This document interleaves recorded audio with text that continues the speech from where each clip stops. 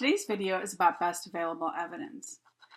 Before we get started talking about that topic, I'd like to remind you, every video you watch and every article that you read or reading that you have for this course, you should be independently thinking about how this topic connects to the purpose of this course. When you read material out of our book by Denny Reed, for example, it's very obvious because it's evidence-based supervision. But you need to also take that next step and think about how things like evidence-based practice connect to being a good supervisor. So I'm going to do it for you here in this video, and I'd like you to make sure that you do it in subsequent videos or when you read other materials.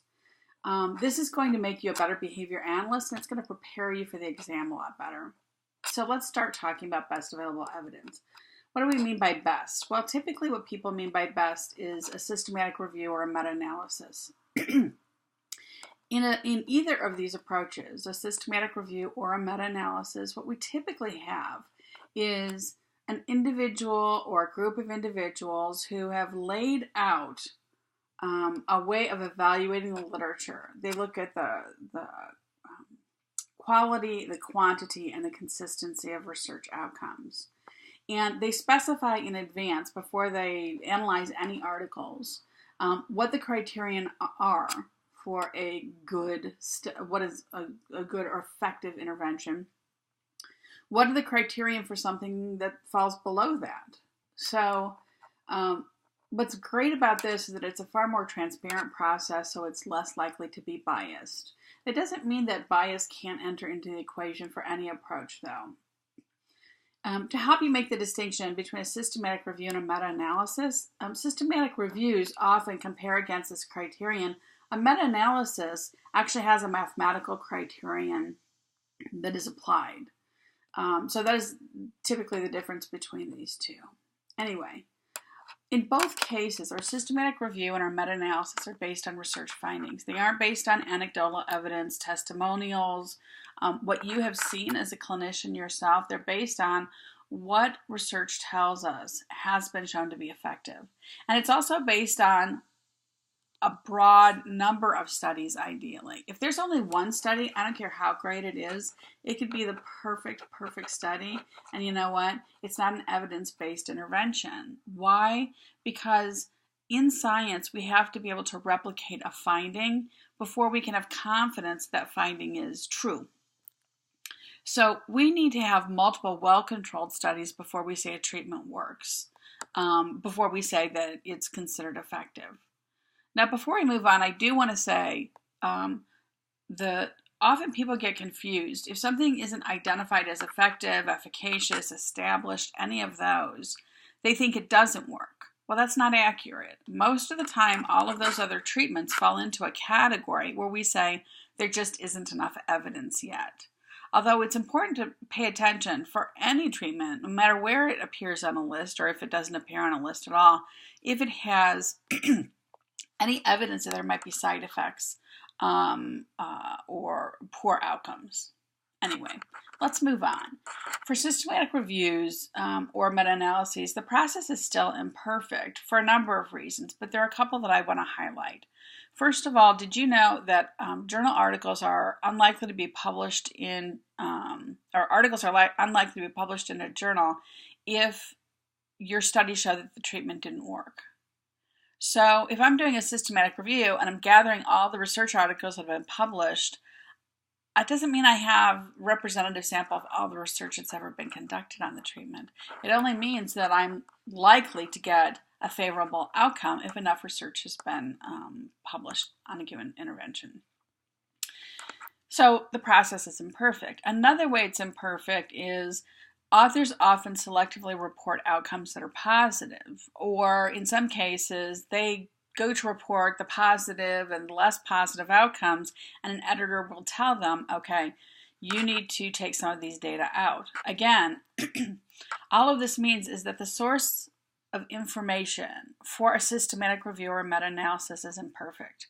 And so we know that even from an evidentiary perspective, much less how well it applies to your client, from an evidentiary perspective, that even our best available evidence is imperfect. And so when people tell you you can only use a treatment that's on this list, right away, that's a little bit of a problem.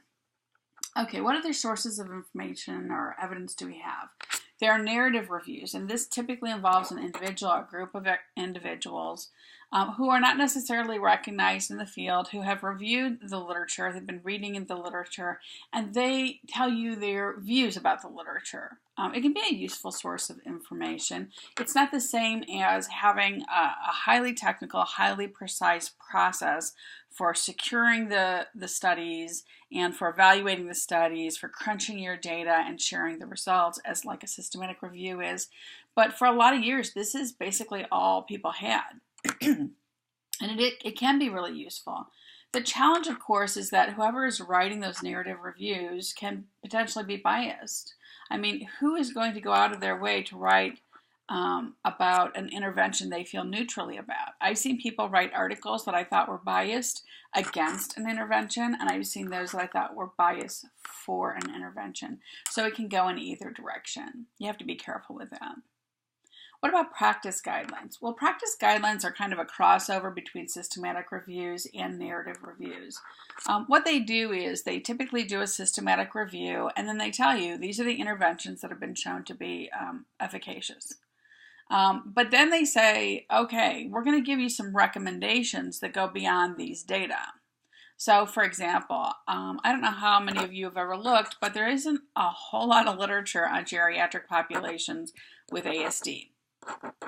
So, if I'm working with a client who is 80 years old and has an autism spectrum disorder, the likelihood that I'm going to have some best available evidence that reflects clients like the one that I'm serving is pretty weak. And so what people doing these practice guidelines might do is tell you, based on my experience, and based on what we know about the literature with other populations or with the same population but a different age group, these are things that we think are really good pieces of advice. So I think that they can be highly useful. The problem is very often people look at these practice guidelines as if all of it is created equally, as if the sections that are based on the systematic review are an equally good source of evidence as one where your experts are just rendering their suggestions. So you have to be a critical consumer of different sources of evidence, no matter what it is. And as a supervisor, you have to train and guide your supervisees in this practice. A couple of other sources of evidence I want to talk about are behavioral principles. You should always be thinking about our behavioral principles. I list some of our principles in a practical guidebook, but realize that principles are not submitted to systematic reviews, and this is the best source of evidence. So one of the things you want to do is you want to look at any of the treatments that someone is suggesting and see, okay, if I were to translate this into behavioral principles, does it make sense?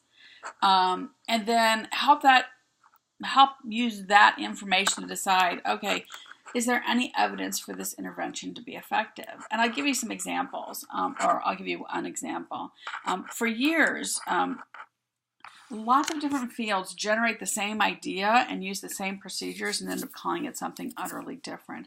One of my favorite examples comes from ABA and speech-language pathology. Years ago, 25 years ago, I was trained by a speech-language pathologist who trained me about communicative temptations.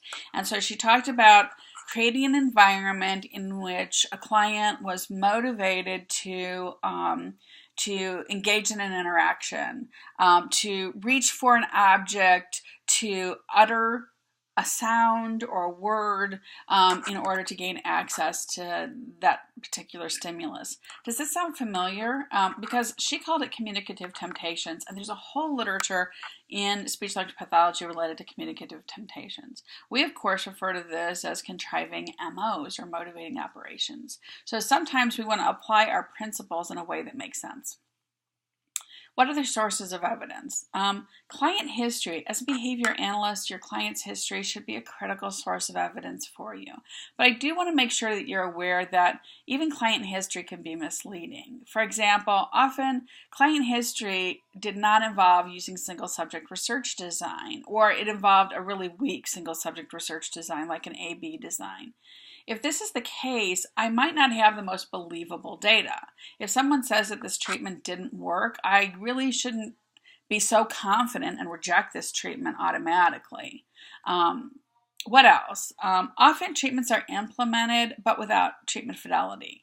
So sometimes a treatment is implemented, but it was implemented poorly. And so again, I wouldn't want to reject a treatment just because someone said, oh, we tried that treatment with this client before and it didn't work.